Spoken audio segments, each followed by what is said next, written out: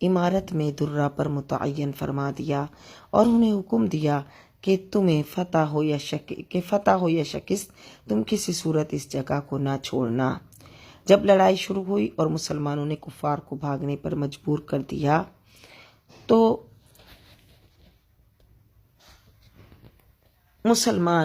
مسلمانوں نے جنگ غنیمت جمع کرنا شروع کر دیا اور کفار وہاں سے چلے گئے تھے۔ تو اس درہ کے مسلمانوں نے نیچے اترنا چاہا۔ عبداللہ بن جبیر نے انہیں کہا ٹھہرو، کیا حضور علیہ الصلوۃ والسلام نے تمہیں حکم نہیں دیا تھا کہ یہاں سے نہ ہٹنا؟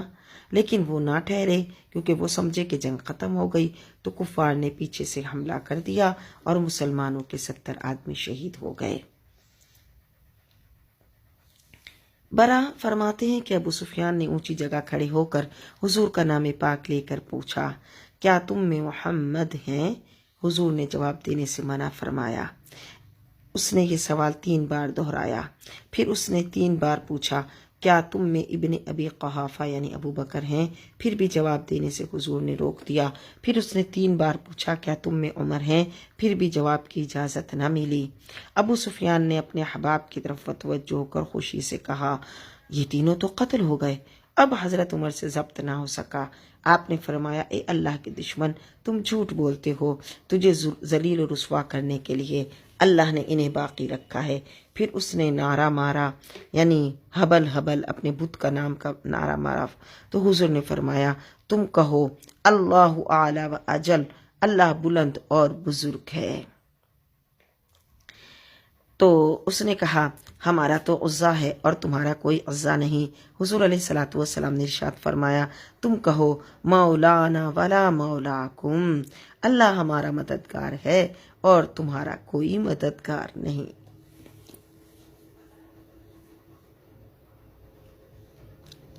وَلَقَدْ صَدَقَكُمُ اللَّهُ وَعْدَهُ، بے شک سچ کر دکھایا تم سے اللہ نے اپنا وعدہ، اذ تحصونہم بإذنہ، کہ جب تم قتل کر رہے تھے کافروں کو اس کے حکم سے، حتی اذا فشلتم، یہاں تک کہ جب تم بزدل ہو گئے، وتنازعتم فی الامر، اور جھگڑنے لگے حکم کے بارے میں، رسول کے حکم کے بارے میں، وعصیتم، اور تم نے نافرمانی کی، من بعد ما اراکم ما تحبون، اس کے بعد کہ اللہ نے دکھا دیا تمہیں وہ جو تم پسند کرتے تھے، منکم، تم میں سے، من یرید الدنیا، جو طلبگار ہیں دنیا کے، ومنکم من یرید الآخرۃ، اور بعض تم میں طلبگار ہیں آخرت کے، ثم صرفکم عنہم، پھر پیچھے ہٹا دیا تمہیں، لیبتلیکم، پھر پیچھے ہٹا دیا تمہیں ان کے تعاقب سے، لیبتلیکم، تاکہ آزمائے تمہیں، وَلَقَدْ عَفَا عَنْکُمْ، بے شک اس نے معاف فرما دیا تم کو۔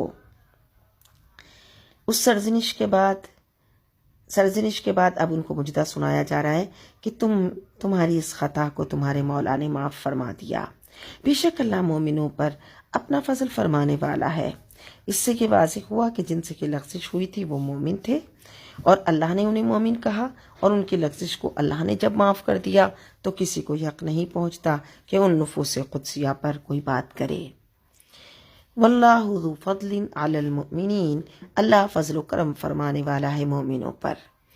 اذ تصعدون ولا تلوون، یاد کرو جب تم دور بھاگے جا رہے تھے اور مڑ کر دیکھتی بھی تھے، علی احد، کسی ایک کو، والرسول یدعوکم، اور رسول بلا رہے تھے تمہیں، فی اخراکم، تمہیں پیچھے سے، فاصابکم غما بغم، بس اللہ نے پہنچایا تمہیں غم کے بدلے غم۔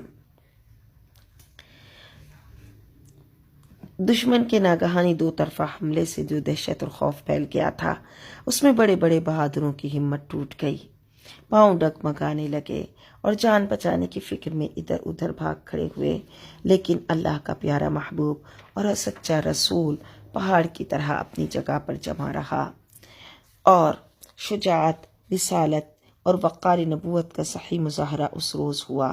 صرف 12 جانثار پاس ہیں اور دشمن کا پورا لشکر چاروں طرف سے امڈا چلا آ رہا ہے، لیکن کوئی خوف اور غم نہیں۔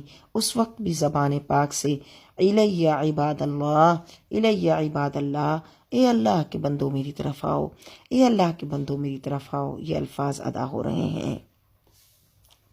لِكَيْ لَا تَحْزَنُوا عَلَى مَا فَاتَاكُمْ، تاکہ تم نہ غمگین ہو اس چیز پر جو کھو گئی تم سے، یعنی تم نے حکم نبوی سے جو سرتابی کی، حضور کو رنج پہنچایا، اس کے بدلے تمہیں بھی غم پہنچا، جیتا ہوا میدان ہاتھ سے نکل گیا، تعداد کثیر شہید ہو گئی، اور حضور کی شہادت کی خبر نے تو دنیا ہی تاریک کر دی۔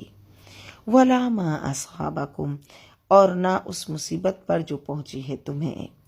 وَاللَّهُ خَبِيرٌ بِمَا تَعْمَلُونَ، اور اللہ خوب جانتا ہے جو کچھ تم کر رہے ہو۔ غم پر غم، رنج پر رنج اس لیے دیا کہ تاکہ تم اس کے خوگر ہو جاؤ، اور آئندہ کبھی ایسی صورت پیش آئے تو صبر و استقامت سے کام لو۔ لغزش کے باوجود تمہیں معاف کر دیا کہ غلطی کا احساس تمہیں ہمیشہ حزین و غمگین بنائے نہ رکھے۔ احساس خطا کے اس تکلیف دہ زخم پر اللہ نے عفو و کرم کا مرہم لگا دیا۔ ثم انزل علیکم، پھر اتاری اللہ نے تم پر، من بعد الغم، غم و اندوہ کے بعد، امانتاً راحت، نعاساً غنودگی، یغشا جو چھا رہی تھی، طائفۃ منکم ایک گروہ پر تم میں سے، وطائفۃ قد اہمتہم اور ایک جماعت ایسی تھی جسے فکر پڑی ہوئی تھی صرف انفسہم اپنی جانوں کی، یظنون باللہ غیر الحق وہ بدگمانی کر رہے تھے اللہ کے ساتھ بلا وجہ، ظن الجاہلیتی عہد جاہلیت کی بدگمانی۔ تو مسلمانوں پر جو غم و اندوہ کے بعد، بہت شدید غم کے بعد راحت یعنی غنودگی چھا گئی۔ احد میں جب جسم زخموں سے چور ہو رہے تھے، تھکن سے جوڑ جوڑ ٹوٹ رہا تھا، عزیز و احباب کے لاشیں خاک و خون میں تڑپ رہے تھے، ہر طرف خوف و ہراس پھیلا ہوا تھا، اس وقت اللہ تعالیٰ نے مخلص مومنوں پر غنودگی طاری کر دی، جس سے یہ تھکا ماندہ لشکر تازہ دم ہو گیا۔ حضرت ابو طلحہ فرماتے ہیں کہ ہم اونگنے لگے، یہاں تک کہ کئی بار تلوار میرے ہاتھ سے چھوٹی اور میں نے اسے سنبھالا۔ اس حالت میں نیند کا آنا واقعی ایک بڑی نعمت ہے۔ اور دوسرے جو ہیں وہ اللہ پر غلط گمان کر رہے تھے، یہ کون تھے؟ منافقین۔ انہیں اللہ نے نیند کے لطف سے بھی محروم رکھا۔ کیوں؟ کیونکہ انہیں نہ تو حضور کی سلامتی کی فکر تھی، نہ کامیابی کا خیال تھا، انہیں تو صرف اپنی پڑی تھی کہ کہیں زندہ سلامت بس گھر پہنچ جائیں۔ لیکن جب جنگ کا پاسا پلٹ گیا تو ان کا چھپا ہوا نفاق اور اسلام دشمنی ان کی زبان سے ظاہر ہوئے بغیر نہ رہ سکی، اور بے سر و پا باتیں کرنے لگے۔ یقولون کہتے، حل لنا من الامر من شیء، کیا ہمارا بھی اس کام میں کچھ دخل ہے؟ قل فرمائیے، ان الامر کلہ للہ، اختیار تو سارا اللہ کا ہے۔ یخفون فی انفسہم، وہ چھپائے ہوئے ہیں اپنے دلوں میں، ما لا یبدون لک، جو ظاہر نہیں کرتے آپ پر۔ یقولون کہتے ہیں، لو کان لنا من الامر شیء ما قتلنا ہاہنا، اگر کچھ ہوتا ہمارا اس کام میں دخل، ہم یہاں نہ قتل ہوتے۔ تو جب موت کا وقت معین ہوتا ہے تو انسان تو اپنی قتل گاہ کی طرف خود بخود چلا آتا ہے۔ یقولون کہتے ہیں، لو کان لنا من الامر شیء ما قتلنا ہاہنا، اگر ہوتا ہمارے اس کام میں کچھ دخل تو ہم نہ مارے جاتے یہاں۔ قل فرمائیے، لو کنتم فی بیوتکم، اگر بیٹھے ہوتے تم اپنے گھروں میں، لبرز الذین کتب علیہم القتل الی مضاجعہم، تو ضرور نکل آتے وہاں سے وہ جو لکھا جا چکا تھا جن کا قتل ہونا، اپنی قتل گاہوں کی طرف، وہ ضرور اس طرف نکل جاتے۔ وَلِيَبْتَلِيَ اللَّهُ، اور یہ اس لیے ہے تاکہ اللہ آزمائے، یہ مصائب کا آنا اس لیے تاکہ اللہ آزمائے، ما فی صدورکم، جو کچھ تمہارے سینوں میں چھپا تھا، وَلِيُمَحِّصَ مَا فی قُلُوبِکُم، اور صاف کر دے میل کچیل تمہارے دلوں میں جو تھا۔ کیوں؟ ان مصیبتوں کی بھٹی میں تمہیں اس لیے ڈالا گیا کہ کھوٹا کھرا الگ الگ ہو جائے اور لغزش کا میل کچیل دھل جائے۔ واللہ علیم بذات الصدور، اور اللہ خوب جاننے والا ہے سینوں کے رازوں کا۔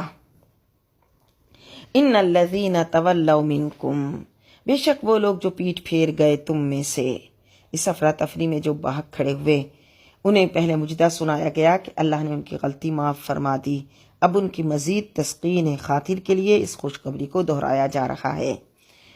یوم التقى الجمعان، اس روز جب مقابلے میں نکلے تھے دونوں لشکر، انما استزلهم الشیطان، تو پھسلا دیا تھا انہیں شیطان نے، ببعض ما کسبوا، بوجہ ان کے کسی عمل کے، وَلَقَدْ عَفَى اللَّهُ عَنْهُمْ، اور بے شک اب معاف فرما دیا اللہ نے انہیں، ان اللہ غفور حلیم، بے شک اللہ بخشنے والا حلم والا ہے۔ تو اللہ نے انہیں بخش دیا اور اللہ نے ان کی اس غلطی کو معاف فرما دیا۔ یا ایہا الذین آمنو، اے ایمان والو، لا تکونوا، نہ ہو جانا، کالذین کفروا، ان لوگوں کی طرح جنہوں نے کفر اختیار کیا، وقالوا لاخوانہم، اور جو کہتے تھے اپنے بھائیوں کو، اذا ضربوا فی الارض، جب وہ سفر کرتے تھے کسی علاقے میں، او کانوا غزا، یا ہوتے تھے جہاد کرنے والے، لو کانوا عندنا ما ماتوا وما قتلوا، اگر وہ ہمارے پاس ہوتے تو نہ مرتے اور نہ مارے جاتے۔ منافقین جو اپنے آپ کو مسلمانوں کے ساتھ ملاتے تھے، بھائی چارے کا دعویٰ کرتے تھے، اپنی بزدلی کی وجہ سے وہ کیا کرتے کہ ان مسلمانوں کو جو شوق شہادت سے اپنی جان دیتے تھے تو ان کو بڑے ان کے خیر خواہ بن کر پھر کہتے تھے، کاش یہ ہمارے بھائی ہمارے پاس ہوتے تو انہیں یہ مصیبت نہیں آتی، ان کے بچے یتیم نہیں ہوتے۔ تو اللہ تعالیٰ مسلمانوں کو ہوشیار فرما رہا ہے کہ ان مکاروں کے فریب میں نہ آنا اور ان کی جھوٹی خیر خواہی کے جال میں نہ پھنسنا۔ موت و حیات تو میرے قبضہ قدرت میں ہے، میں چاہوں تو گھر میں روح قبض کر لوں اور چاہوں تو میدان جہاد میں جہاں چاروں طرف گولیاں چل رہی ہوں وہاں میں زندگی عطا کر دوں۔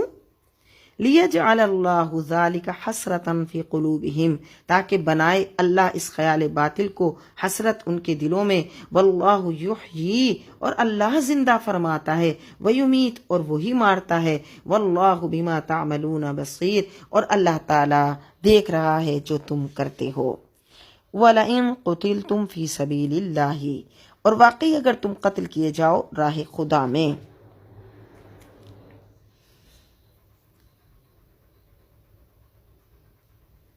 اگر تم قتل کیے جاؤ راہ خدا میں، یعنی یہ ضروری نہیں کہ جو گھر پر رہے گا وہ مرے گا نہیں، اور جو جہاد کے لیے جائے گا وہ ضرور مرے گا۔ اور اگر یہ تسلیم کر بھی لیا جائے کہ اگر تم قتل کیے جاؤ راہ خدا میں تو پھر یہ سودا بڑا ہی فائدہ مند ہے، کیونکہ اس حیات فانی کے بدلے اللہ کی رحمت اور مغفرت میسر آ جائے گی، پھر کیا چاہیے۔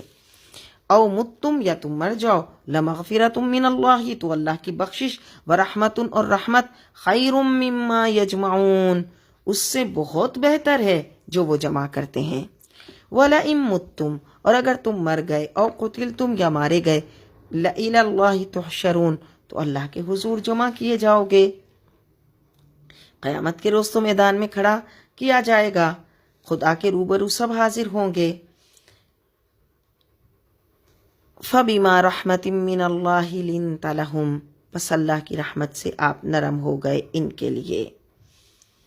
یعنی حضور علیہ الصلوۃ والسلام کا لطف و محبت سے پیش آنا محض اللہ کی رحمت کی جلوہ نمائی ہی تو تھی کہ جس نے اپنے محبوب کو متصف فرمایا اس وصف سے۔ وَلَوْ كُنْتَ فَظًّا، اگر آپ ہوتے تند مزاج، غلیظ القلب، سخت دل، لانفضوا من حولک، تو یہ لوگ منتشر ہو جاتے آپ کے آس پاس سے۔ فاعف عنہم، بس آپ درگزر فرمائیے ان سے، واستغفر لہم، اور بخشش طلب فرمائیے ان کے لیے، وشاورہم فی الامر، اور صلح مشورہ کیجیے ان سے کام میں۔ حق تعالیٰ نے کیسے خوبصورت پیرائے میں ان کی سفارش کی کہ اپنے رسول کو فرمایا کہ ان سے جو غلطی ہو گئی اسے خود بھی معاف کیجئے اور میری جناب میں بھی شفاعت کیجئے کہ میں بھی ان سے راضی ہو جاؤں۔ کتنا بلند مقام ہے صحابہ کا اور ان کے نبی مکرم کا، اور کیا کہنے مولائے کریم کی رحمت کے جو اس نے اپنے محبوب اور اس کے ذریعے اپنی سب مخلوق پر کی۔ اللہ تعالیٰ نے ہم گناہ گاروں کے گناہ بخشنے کے لیے، ہمارے دکھ درد کو دور کرنے کے لیے حضور نبی کریم علیہ الصلاۃ والتسلیم کی دعا کو واسطہ اور وسیلہ بنایا۔ حضور کو وسیلہ بنانا عین اسلام ہے، اور دیکھیں قرآن کی تعلیم ہے۔ اللہ فرما رہا ہے وَاسْتَغْفِرْ لَهُمْ، بخشش طلب کیجئے ان کے لیے، وَشَاوِرْهُمْ فِي الْأَمْرِ، اور صلح مشورہ کیجئے ان سے۔ مشورہ شریعت کے مسلمہ اصول اور اہم ترین احکام میں سے ہے۔ جو حاکم اہل علم و دین سے مشورہ نہیں کرتا وہ خود نمائی کا شکار ہو جاتا ہے۔ خلفاء اور حکام پر واجب ہے کہ دینی معاملات میں علماء سے، جنگی امور میں قائدین لشکر سے اور ماہرین حرب سے، عام فلاح و بہبود کے کاموں میں سرداران قبائل سے، اور ملک کی ترقی کے متعلق عقل مند وزراء سے اور تجربہ کار عہدہ داروں سے مشورہ کریں۔ اور نبی اکرم صلی اللہ علیہ وسلم کو مشورہ کرنے کی حکمت بیان کرتے ہوئے علامہ قرطبی رحمۃ اللہ علیہ فرماتے ہیں کہ اللہ تعالیٰ نے اپنے نبی کو اس لیے مشورہ کرنے کا حکم نہیں دیا کہ حضور کو ان کے مشورے کی ضرورت تھی، بلکہ اس میں حکمت یہ تھی کہ انہیں مشاورت کی شان کا پتہ چل جائے، مشاورہ سنت نبوی بن جائے اور امت مسلمہ اس کے اقتداء اور اتباع کرے۔ اور ایک وجہ یہ بھی لکھی کہ تطیباً لنفوسہم ورفعاً لاقدارہم، کہ صحابہ کے دلوں کو خوش کرنا اور ان کی قدر و منزلت کو بڑھانا بھی مقصود تھا۔ صحابہ کے دلوں کو خوش کرنا اور ان کی قدر و منزلت کو بڑھانا بھی مقصود تھا۔ سبحان اللہ، صحابہ کرام علیہم الرضوان کی کیا شان، رضی اللہ تعالی عنہم ورضوا عنہ۔ فَإِذَا عَزَمْتَ فَتَوَكَّلْ عَلَى اللَّهِ، بس جب آپ ارادہ کر لیں کسی بات کا تو پھر اللہ پر توکل کریں۔ خوب غور و فکر کے بعد جب کسی کام کو عملی جامہ پہنانے کا ارادہ کر لیا جائے تو اسے عزم کہتے ہیں۔ مقصد یہ ہے کہ جب ایک بات طے ہو گئی تو پھر اب تذبذب کا شکار مت ہونا۔ ان اللہ یحب المتوکلین، بے شک اللہ محبت کرتا ہے توکل کرنے والوں سے۔ ان ینصرکم اللہ فلا غالب لکم، اگر مدد فرمائے اللہ تمہاری تو کوئی غالب نہیں آ سکتا تم پر۔ وان یخذلکم، اور اگر وہ ساتھ چھوڑ دے تمہارا، فمن ذا الذی ینصرکم من بعدہ، تو کون ہے جو مدد کرے گا تمہاری اس کے بعد۔ وعلی اللہ فلیتوکل المؤمنون، اور صرف اللہ پر بھروسہ کرنا چاہیے ایمان والوں کو۔ وما کان لنبی ان یغل، اور کسی نبی کی شان یہ شان ہی نہیں کہ وہ خیانت کرے۔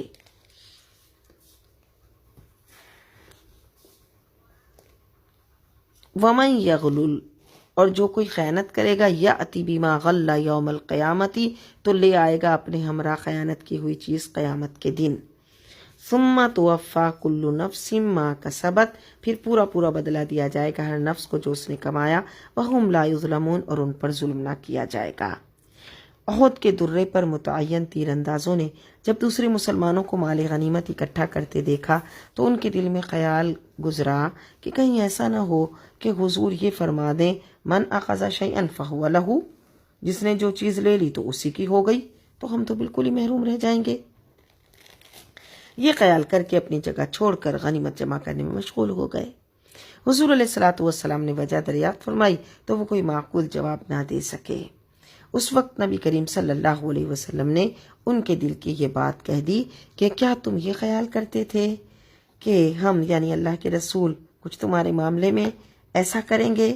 اس وقت یہ آیت نازل ہوئی۔ غلن کہتے ہیں مال غنیمت سے اس کی تقسیم سے پہلے کوئی چیز چھپا کر لینا۔ جب خیبر پر حضور نے حملہ کیا تو ان دنوں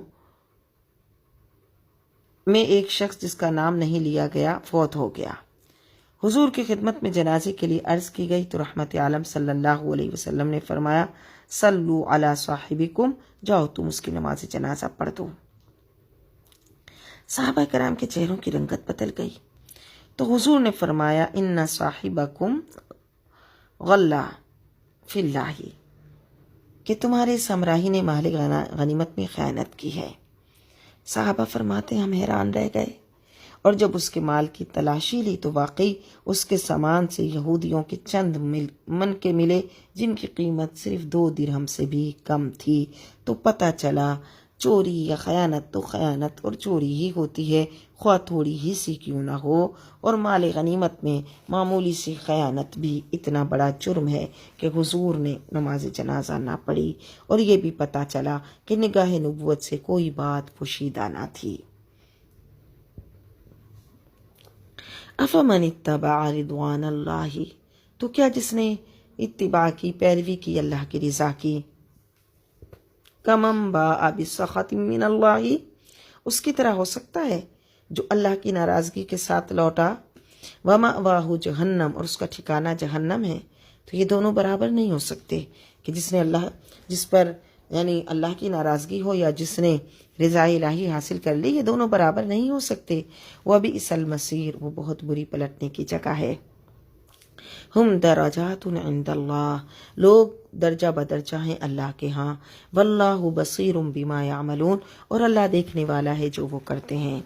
لقد من اللہ علی المؤمنین، یقیناً بڑا احسان فرمایا اللہ نے مومنین پر، اذ بعث فیہم رسولا من انفسہم، جب اس نے بھیجا ان میں ایک رسول انہی میں سے، یتلو علیہم آیاتہ، پڑھتا ہے ان پر اللہ کی آیتیں، وَيُزَكِّيهِمْ، اور پاک کرتا ہے انہیں، وَيُعَلِّمُهُمُ الْكِتَابَ، اور سکھاتا ہے انہیں قرآن، وَالْحِكْمَةَ، اور سنت، وَإِن كَانُوا مِن قَبْلُ، اگرچہ وہ اس سے پہلے، لَفِي ضَلَالٍ مُبِينٍ، کھلی گمراہی میں تھے۔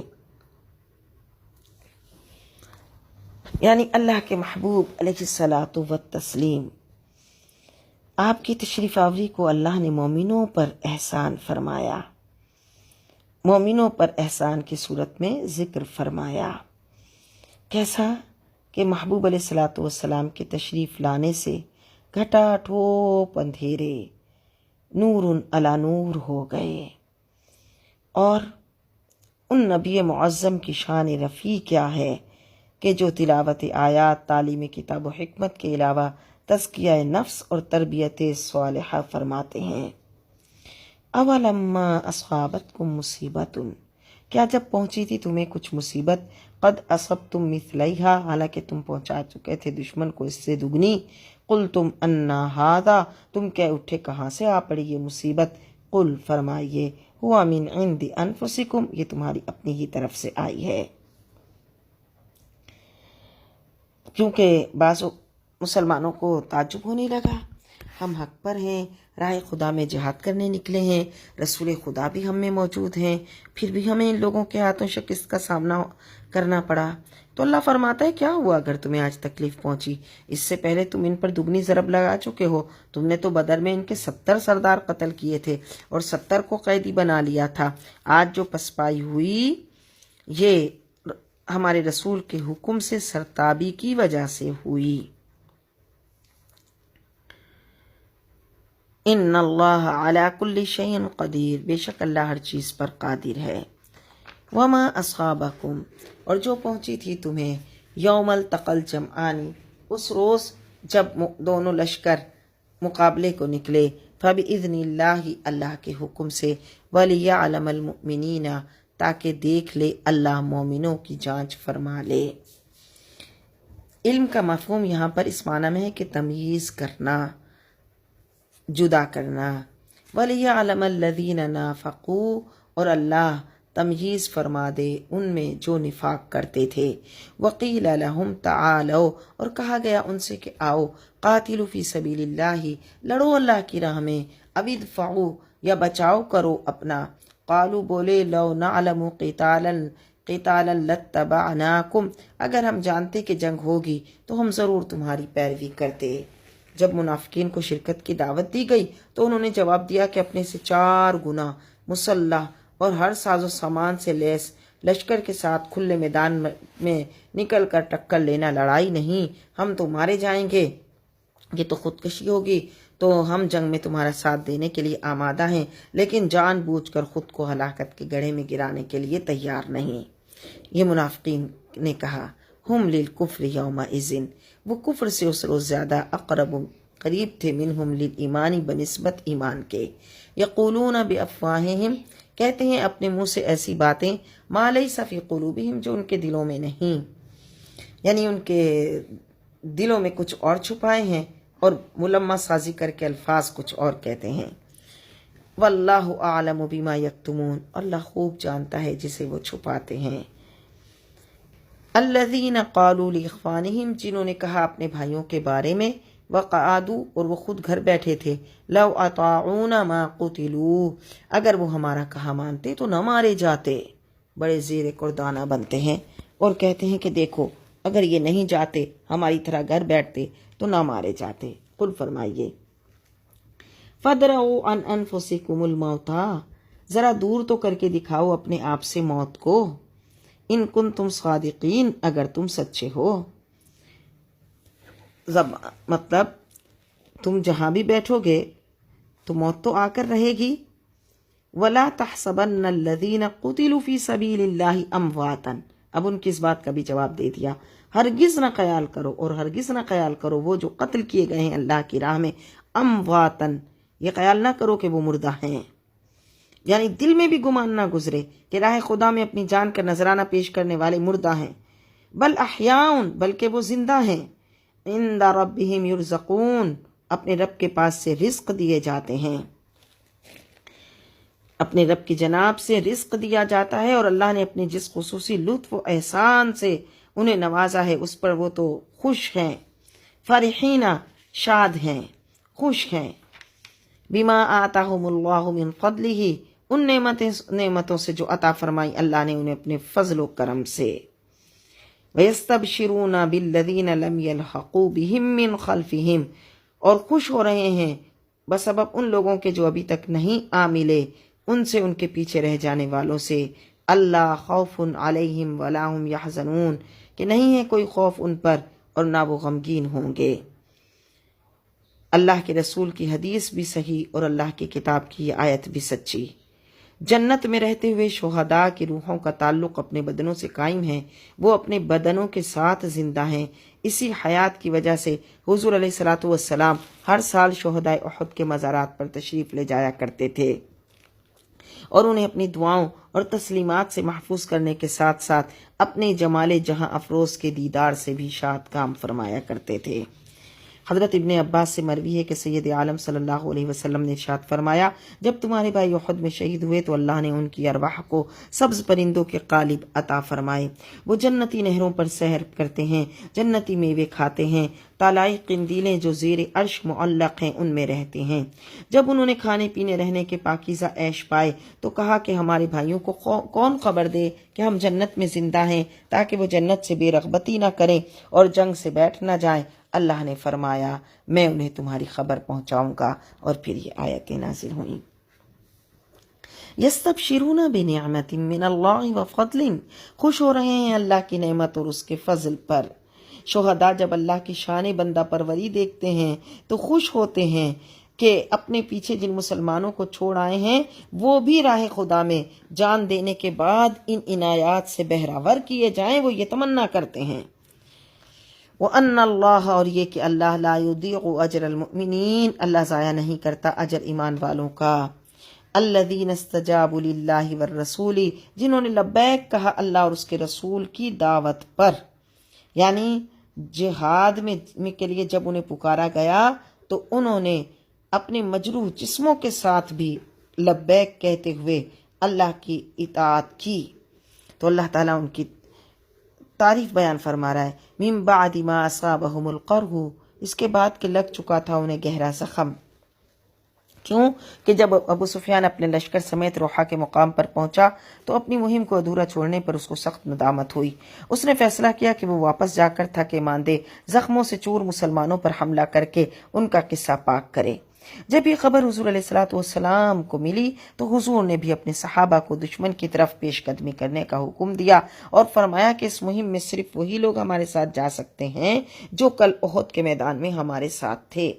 حضور کریم صلی اللہ علیہ وسلم کا حکم سن کر صحابہ کرام اپنی مجروح یعنی زخمی جسموں کے ساتھ بھی لبیک کہتے ہوئے